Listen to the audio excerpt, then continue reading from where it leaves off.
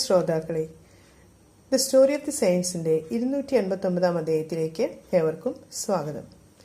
വിശുദ്ധ പാദ്രെ പിയോയ്ക്ക് ശേഷം ഈ ആഴ്ച അപ്പസ്തോലനായ വിശുദ്ധ മത്തായിയെ കുറിച്ചാണ്. 1-ാം നൂറ്റാണ്ടിലെ ചുങ്കപ്പിരിവുകാരനും പിന്നീട് അപ്പസ്തോലനുമായി തീർന്ന വിശുദ്ധ മത്തായി തന്റെ ജീവിതം യേശുവിന്റെ സുവിശേഷ പ്രഘോഷണത്തിനും പ്രേക്ഷിത ദൗത്യത്തിനുമായി ചെലവഴിച്ചു. തിരുസഭ സെപ്റ്റംബർ 21 വിശുദ്ധന്റെ തിരുനാൾ കൊണ്ടാടുന്നത്. പൗരസ്ത്യ കത്തോലിക്കരും ഓർത്തഡോക്സ് സഭക്കാരും വിശുദ്ധ മത്തായിയുടെ രക്തസാക്ഷിത്വത്തിന് ശേഷം വിജാതിയിൽ നിന്നും മതപരിവർത്തനം ചെയ്ത രാജകുമാരനായ വിശുദ്ധ ഫുൾവിയാനോസിനൊപ്പം നവംബർ 16 വിശുദ്ധ മത്തായിയുടെ തിരുനാൾ ദിനമായി കൊണ്ടാടുന്നത്. വിശുദ്ധ മത്തായിയുടെ ജീവിതത്തെക്കുറിച്ച് വളരെ പരിമിതമായ വിവരങ്ങളാണ് നമുക്ക് ലഭ്യമായിട്ടുള്ളതെങ്കിലും ക്രിസ്തുവിന്റെ പ്രേക്ഷിത ദൗത്യത്തെക്കുറിച്ച് വിശുദ്ധൻ എഴുതിയിട്ടുള്ളതായ വിവരണങ്ങൾ 4 സുവിശേഷങ്ങളിൽ ഏറ്റവും പ്രഥമമായിട്ടാണ് കണക്കാക്കപ്പെടുന്നത്. തിരുസഭ അതിനെ വളരെ അമൂല്യമായി കണക്കാക്കി വരുന്നു.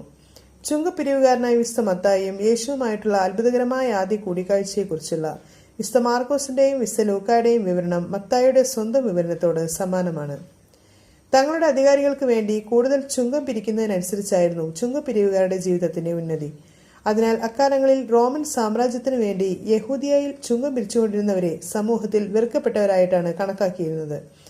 ഗലീലി സമുദ്രത്തിന് സമീപത്തുള്ള കപ്പർനാവിലെ വിശുദ്ധ പത്രോസിന്റെ ഭവനത്തിനടുത്ത് വെച്ചാണ് യേശുവും മത്തായിയുമായുള്ള ആദ്യ കൂടിക്കാഴ്ച നടന്നതെന്ന് കരുതപ്പെടുന്നു. മത്തായിയെ തന്റെ ശിഷ്യഗണത്തിലേക്ക് ഉയർത്തിയത് യേശുവിന്റെ ആഗോള രക്ഷാകര ദൗത്യത്തിന്റെ ഒരു ഭാഗമായിരുന്നു. ചുങ്കപ്പിരിവുകാരനായ മത്തായിയെ തന്റെ പ്രഥമ ശിഷ്യഗണത്തിലേക്ക് യേശു വിളിച്ചത് യാഥാസ്ഥിതികരായ അന്നത്തെ മതപുരോഹിതർക്കും യഹൂദ സമൂഹത്തിനും ചിന്തിക്കാവുന്നതിനും അപ്പുറമായിരുന്നു.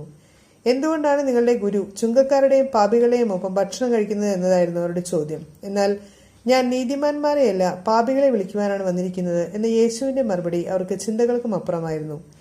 നിങ്ങൾ ലോകമെങ്ങും പോയി എല്ലാ ജനതകളെയും ശിഷ്യപ്പെടുത്തുകയും പിതാവിന്റെയും പുത്രന്റെയും പരിശുദ്ധാത്മാവിന്റെയും നാമത്തിൽ അവരെ ജ്ഞാനസ്നാനപ്പെടുത്തുകയും ഞാൻ നിങ്ങളോട് പറഞ്ഞതുപോലെ ചെയ്യുവാൻ അവരെ പഠിപ്പിക്കുകയും ചെയ്യുവിൻ എന്ന യേശുവിന്റെ വാക്കുകൾ ക്രിസ്തുവിന്റെ മരണത്തിന്റെയും ഉത്ഥാനത്തിന്റെയും സ്വർഗാരോഹണത്തിന്റെയും കൂടാതെ പെന്തക്കോസ്ത് അനുഭവങ്ങളുടെയും ഒരു ദൃക്സാക്ഷി എന്ന നിലയിൽ വിശുദ്ധ മത്തായിയും പരാമർശിക്കുന്നു. 12 അപ്പസ്തോലന്മാരിൽ 11 പേരെയും പോലെ അപ്പസ്തോല ദൗത്യത്തിനിടെ വിശുദ്ധ മത്തായിയും രക്തസാക്ഷിത്വം വരിച്ചതായി കരുതപ്പെടുന്നു. റോമൻ രക്തസാക്ഷിത്വ വിവരണം അനുസരിച്ച് ഇന്നത്തെ ഈജിപ്തിന് സമീപമാണ് വിശുദ്ധന്റെ രക്തസാക്ഷിത്വം സംഭവിച്ചിരിക്കുന്നത്.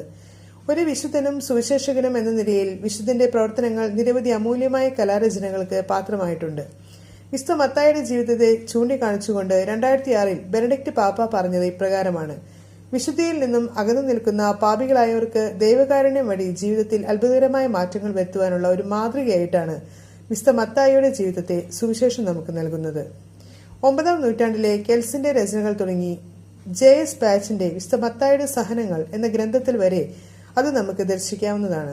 വിശുദ്ധ മത്തായിയുടെ ജീവിതത്തെ പ്രതിപാദിക്കുന്ന 3 പ്രശസ്തമായ ചിത്രങ്ങൾ റോമിലെ വിശുദ്ധ ലൂയിസിന്റെ നാമധേയത്തിലുള്ള കൊണ്ടാറില്ലി ദേവാലയത്തിൽ കാണാവുന്നതാണ്.